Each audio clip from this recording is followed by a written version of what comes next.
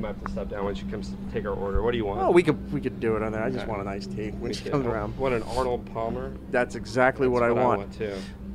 See, I knew I liked you, Byrd, and this interview is going to be off to a great start. I'm talking with director Byrd McDonald, and one of the fun things about San Diego Comic-Con is that you can do interviews anywhere. It's not just in a studio, it's not just at a booth, and this poor lady just had money go flying all over the place. Go pick up some hundreds there. You know, you're poolside, you're in a hotel room, you're out by the bay, like we are. We're at this restaurant right here, and we're here to talk about your movie, Vintage Tomorrows. Nice to have me on the show. That's yes. Probably. Let me try that again. Thanks for having me on the show, sir. No problem. Yeah. Tell me about Vintage Tomorrows. Vintage Tomorrows is a documentary about steampunk. Are you familiar with steampunk? I'm very familiar with steampunk, and I do have a lot of steampunk questions for you. Oh, okay. Do our audience need a working definition of what steampunk is? It's a mixed bag, so maybe we should explain. So steampunk, you know, if you ask 10 steampunks to define it, you're going to get 10 different answers. But my go-to is steampunk is a literary and aesthetic movement, fascinated with Victorian England, fascinated with technology, looking to create stories and create objects that are inspired by Victoriana, and to create stories and write stories and tell stories based in that time period with anachronistic technology that probably could not have existed at that time. Right. So for those who need a more of a visual other than watching Vintage Tomorrows, say if you watched Firefly or Back to the Future 3, when he comes back with the train, how they're all dressed up, but the train has futuristic technology to time travel and fly and all that stuff. That falls into the steampunk genre there. Wild Wild West is another example that I think is a quick read for people. Yeah. Who are you going to call? The steampunk movement also has gotten so big that there's actual conventions now for this thing. My co-host Matt, who couldn't be here, is really big into steampunk. In fact, he just went to a big steampunk convention that was down near Philly in New Jersey there. And people are dressing the part, people are selling their wares, stuff crafted out of iron and steel, but then maybe has like an iPad thing built into it, you know, or a television, those kind of things. So it's a meeting of old technology with futuristic technology. That's you're doing a better job defining that than I am. Thank you very much. What is the obsession? Like, where did this come from? You know, it's all indications seem to lead back to it being, you know, starting as a literary subgenre. It starts with books that were being written in the late 80s, early 90s. I mean, you can go way far back to, you know, Jules Verne and anything that he wrote. If he wrote 20,000 Leagues Under the Sea today, that would be, you know, the new quintessential steampunk book.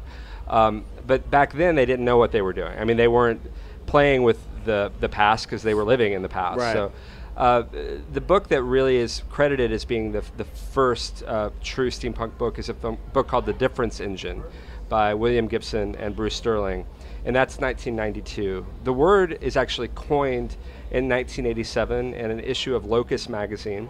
So it had this moment that it kind of starts in the late 80s, early 90s, and then it just sort of dipped away again. It became like, you know, a little bit of a relic or, you know, a footnote. It certainly wasn't cyberpunk at that point. Right. Well, cyberpunk was Billy Idol at that point. But exactly. In the 90s, the rare times that you saw steampunk were the Time Traveler movie, you say, or that might have been 2000, around that time period. But you would see it in science fiction shows as just not even a B story, maybe a C story, and a background setting. Like, oh, they'd walk into this area, it's very steampunk, all the technology stuff's going here, let's find the villain, fix the problem, and get back to, you know, what we perceive as normal time. Yeah, I agree. It was sort of like, you know, an embellishment more than it was like a, you know, any sort of ism. And then in the aughts, in the 2000s, we began to see like this sort of ripple that begins in like 2005, and by 2007, you can track it. There's so much steampunk cultural activity happening at that point. Right. And so for the last decade, and I credit, you know, steampunks are really into technology. That's a little bit of a misconception by some people that they might be Luddites or people that don't like technology. Yeah, they're not Amish. They're not Amish.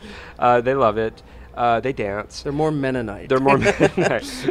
And so, you know, I think like a lot of the best of fandom, the internet helped these people find one another, know, Right.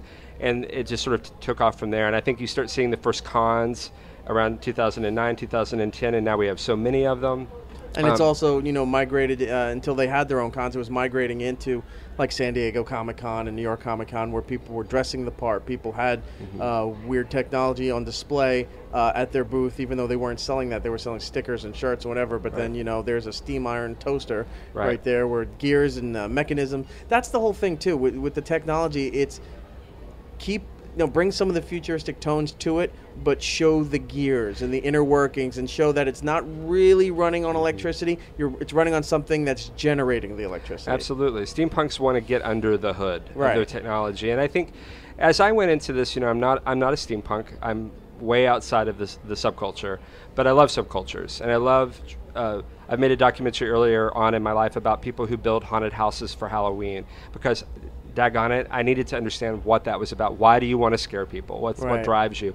With the steampunk film, I really wanted to understand, of all of the sandboxes that you can play in, and if you're a science fiction person, science fiction is so much about looking into the future, and you can predict anything, why are you drawn to looking backwards? You are still creating new things for that time period that didn't exist, but I wanted to understand what drew people to that. And by the end of making the film, that technology question kept coming up as for me, one of the most provocative questions. Like, we live in a time when everybody has a cell phone, everybody has a smartphone, everybody has all of these screens that we look at and all of these objects that are kind of pretty in an Apple design kind of way, but they're also meant to keep you outside of getting inside of them. You cannot modify these technologies. You're actually meant to throw them away. They're meant to be disposable. Right. And that seems to be a little bit of the steampunk ethos, is that, maybe technology should be more human, and there should be more snags, and there should be more capability to actually modify it. And if it broke, God forbid, if you drop your iPhone in a bathtub, it's over. But maybe we should be able to repair these things. Because if we look back to the last great technological moment, which is the turn of the century, back then, if you graduated from high school, you understood how to fix any technology that we had at that time. You mastered the art of smelting. Exactly. And soldering. And even in a way, because they were building cogs and shaping iron and steel,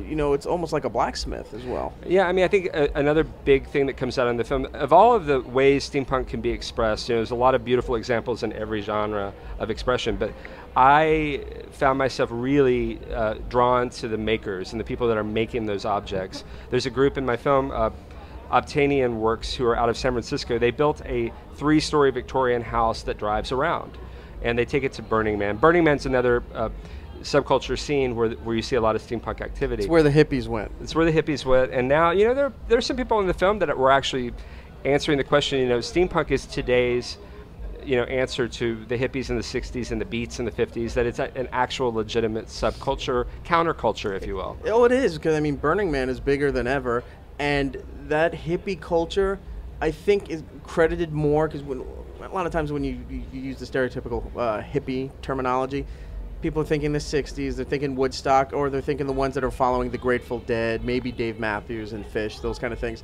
But the modern version of it, with the Burning Man scene, it's hippie, but it's also mixing into like the EDM scene. Mm-hmm. So you got these hippie chicks who aren't shaving and taking showers. They're still making plates of spaghetti and and building little crafts to sell. But then they're tripping out to like Skrillex, dubstep, and then dubstep's even that's gone now. But a lot you're right. Current stuff. A lot of the same Steve Aoki, those kind of things. The same desire to like hang out together and form little communities.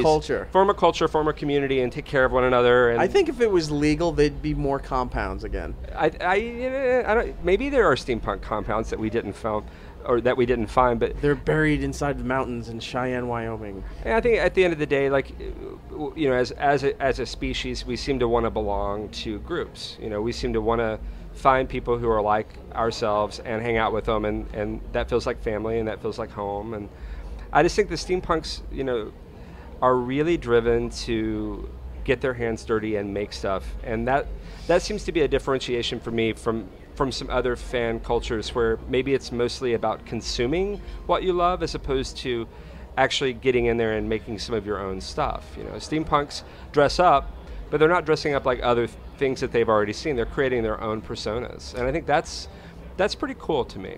Steampunk just defined as being like I'll say 1800s in America, but the Victorian era and stuff like that.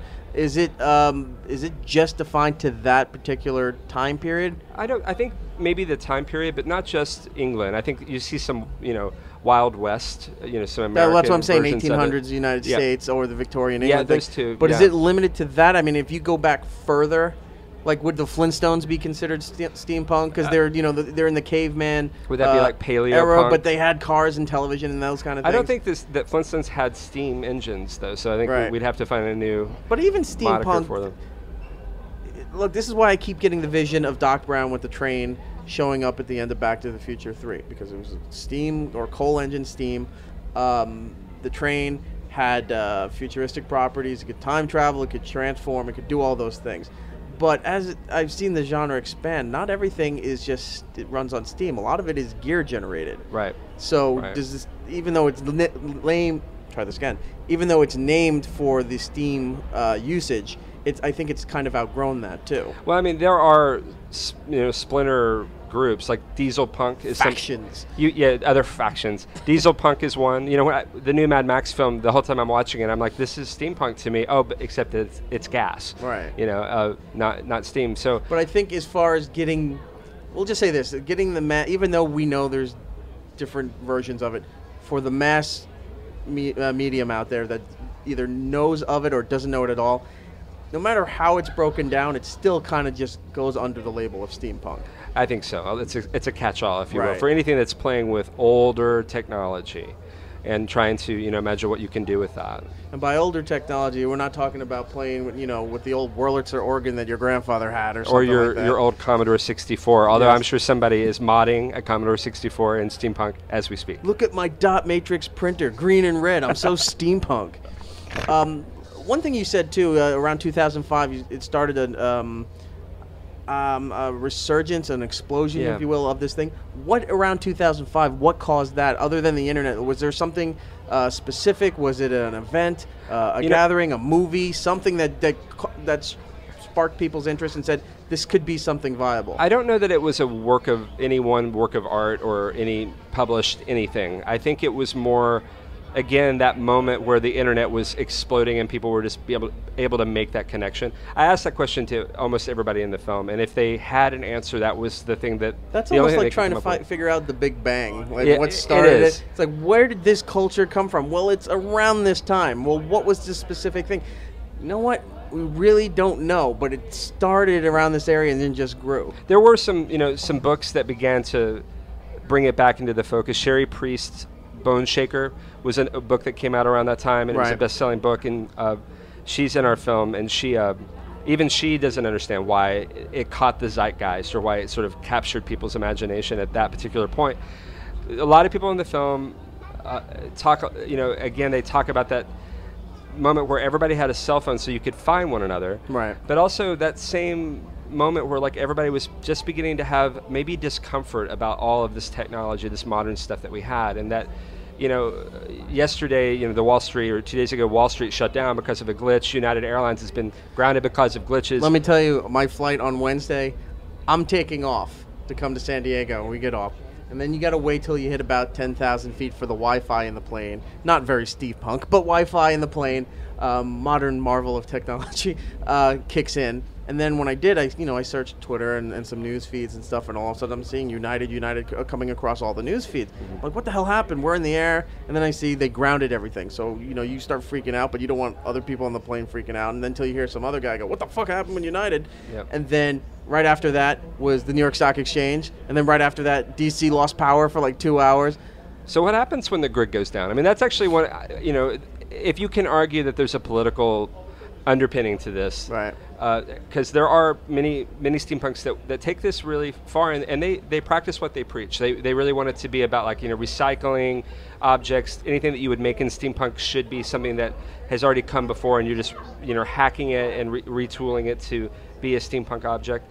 These people, they argue that steampunk actually could be a life-saving point of view, because as we become so dependent that we don't understand technology, when we can't even touch it because it might break.